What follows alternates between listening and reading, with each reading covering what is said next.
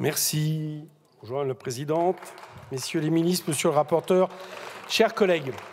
Bon, c'est difficile de faire comme si Madame Borne n'allait pas succéder dans quelques secondes pour annoncer un nouveau 49.3. Nouveau 49.3 qui est en fait au budget ce qui est le trou noir à l'espace, c'est-à-dire qu'en réalité, il absorbe et efface toute trace de démocratie parlementaire. Une fois de plus, nous serons dans une situation de rabourrissement des débats à se mener seulement en commission. Alors, très sincèrement, je suis satisfait qu'en commission, nous arrivions à examiner tous les articles, les voter, et je salue d'ailleurs les commissaires et le rapporteur général, les administrateurs, les collaborateurs qui en sont aussi à l'origine. Mais le moins qu'on puisse dire, c'est que même la commission est imputée par le nombre d'amendements déposés en commission parce que justement, ils ne peuvent être débattus en séance et que ça devient le seul mode d'expression des parlementaires. Mais aussi l'étroitesse de calendrier qui fait qu'hier, nous avons dû examiner plus de 600 amendements en 7 heures et que là aussi, ça saccage le travail des parlementaires, collaborateurs, même du rapporteur général et puis évidemment des administrateurs. En séance, c'est un déni d'une des prérogatives les plus importantes de la représentation nationale qui est niée ainsi, c'est-à-dire de discuter et de débattre et de voter le budget. Songez qu'aucun des 5447 amendements déposés sur la première partie du texte n'a été examiné.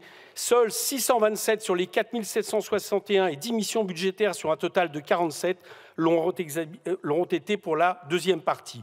On en est même à envier le Sénat. Nous, la Chambre, assise sur le suffrage universel, on en est à envier le Sénat de pouvoir débattre et voter le budget.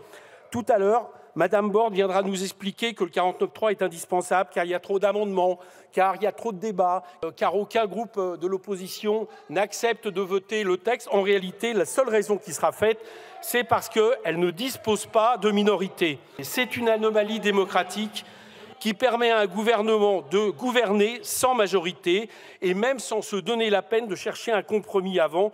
Et de ce point de vue-là, je pense que nous aurions tout intérêt à regarder de ce qui se passe, au moins en termes de démocratie parlementaire, du côté de l'Allemagne. La même qui a accusé les oppositions de refuser de débattre en votant une motion de rejet lundi, va refuser à l'Assemblée de nouveau de débattre pour la 21e fois. On constatera qu'il y a là, évidemment, un paradoxe. Une fois encore, le texte transmis au Sénat ne correspondra même pas à l'expression majoritaire de l'Assemblée. Parce qu'on a poussé, j'allais dire quelque part, le 49.3 est utilisé, mais le gouvernement y met son style. Et le style, c'est d'aller jusqu'à finalement refuser tout amendement, même majoritaire, dans les commissions. Je donne un seul exemple. Le rachat d'actions, hier, de nouveau, a été majoritaire.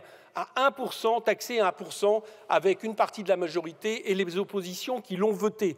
Il avait été admis en première lecture, il avait été annulé par le 49.3, rebelote cette fois-ci, alors même que le président de la République avait dit qu'il pensait qu'il fallait taxer la question des rachats d'actions. On nous a dit non, il ne faut pas le faire. Eh bien, le final, c'est que non seulement ce n'est pas fait, mais cette année, en fin d'année, le rachat d'actions a totalement explosé au niveau de la Bourse de Paris. Donc, allez y comprendre. Bien.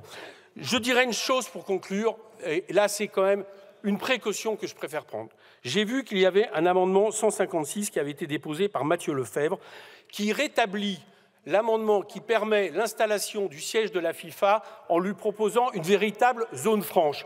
Cet amendement n'a jamais été débattu ni voté en première lecture de l'Assemblée. Il a été imposé par le 49.3. Il a été battu au Sénat. Hier en commission, et je suis gré au rapporteur général de ne pas l'avoir réintroduit, hier cet amendement n'a pas été présenté.